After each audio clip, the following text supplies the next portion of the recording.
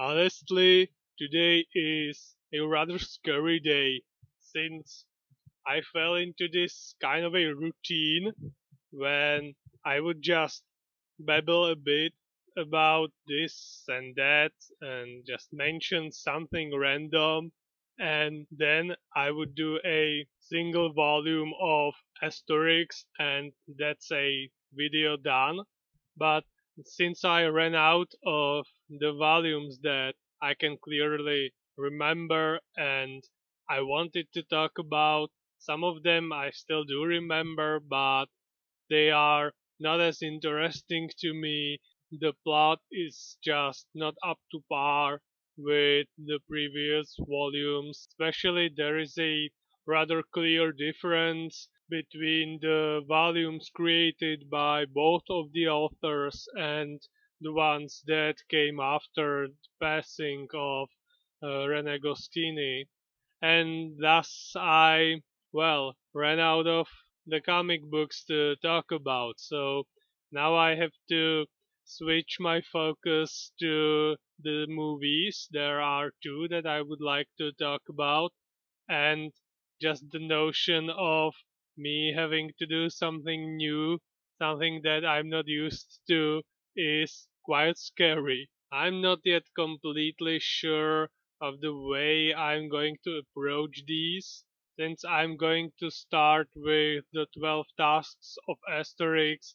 I guess I'm going to split this into three parts, since, 12 tasks and I can just do four at a time, including some sort of a introduction, and then I'll attempt to tackle one more, and that will be the end of the Asterix era on my, you can call it channel, I guess. As I've mentioned, it's a new thing.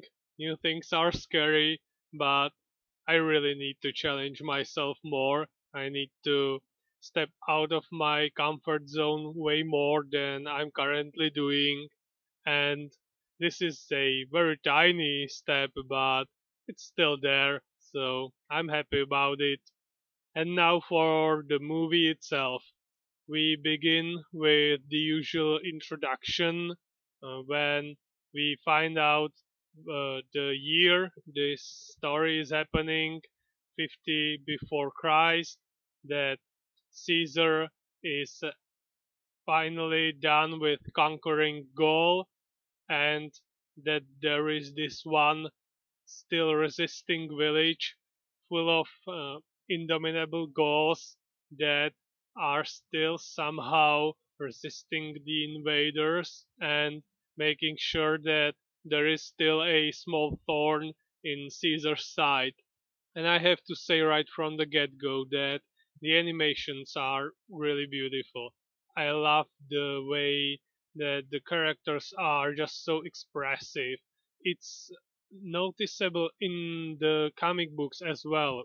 It's really well both written and painted, and it comes to life in this animated adaptation of the adventures of Asterix and Obelix. Although I'm not sure if there even was a comic volume of the 12 Tasks, it was one of the very first movies of Asterix that I've came into contact with, and it really stuck with me. I've seen it so many times, and I'm very happy to talk about it.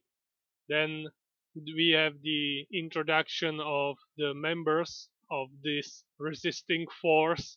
We get a great scene where the bard Cacophonix is attempting to sing at least a little bit and is quite rudely interrupted by the blacksmith, who just pounds him into the ground with some translucent birds circling around the bard's head afterwards. Then we get the, for the Romans, rather unfortunate scene of the Gauls getting doped by the druid Panoramix and his strengthening potion, and then clashing with the surrounding Roman legions, which obviously ends in a terrible defeat of the Roman soldiers.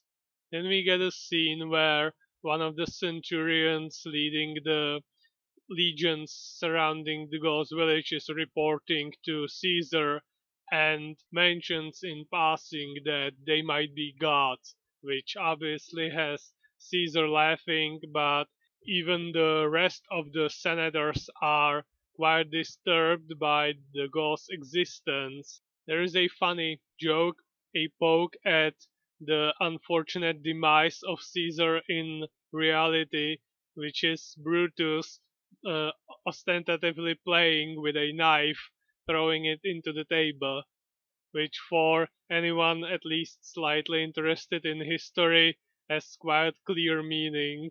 And even Caesar himself in this scene admonishes Brutus to stop playing with the knife that he might end up hurting someone. And then Caesar tells all the senators who were quite overwhelmed by the Gauls and were discussing if they were gods or even just demigods, and Heracles is mentioned as one example of someone who you would rather not mess with. In the next scene, we actually see Brutus get hurt by the knife he was playing with, which is a nice small touch, and Caesar proclaims that he will test the Gauls with tasks that only gods could perform, and if they are successful, then he will give in. If not, they will have to face his wrath. Then he decides to visit the village by himself, and after a confrontation verbal with the chieftain, he mentions that some of his senators and close people think that they are gods, which leaves even the Gauls quite surprised and laughing. Then Caesar mentions Heracles and his 12 tasks to be accepted to Olympus, killing some lions, some hydras, taming some boars, taming some Amazons, and even going into hell to free up Theseus and then coming back, which leaves the Gauls obviously pondering if he wants them to do the same thing, which he refutes and says that these tasks are now far outdated and that they will provide new set of 12 tasks to prove that the ghosts are or are not gods themselves, and that he'll send someone who will provide guidance towards the task and also who will make sure that they have completed them satisfactory. In the village, Panoramix gives Asterix a gourd of potion, and with Obelix and Idefix they are sent onward to prove Caesar that they are indeed gods themselves. They meet with their referee and are led to the first task, which is outrunning a champion of the Olympic Games. Obelix leaves these tasks to Asterix since Asterix is obviously faster than he is, and moves with the referee who has a hilarious habit of bobbing his head while walking, which Obelix instantly adopts, towards the finishing line to wait for the two participants to finish their race. At first, Asterix attempts some small talk, but the champion is fully focused and sprints right as the timer is set, and Asterix, who wanted to compete normally without the help of the potion, is forced to actually use it.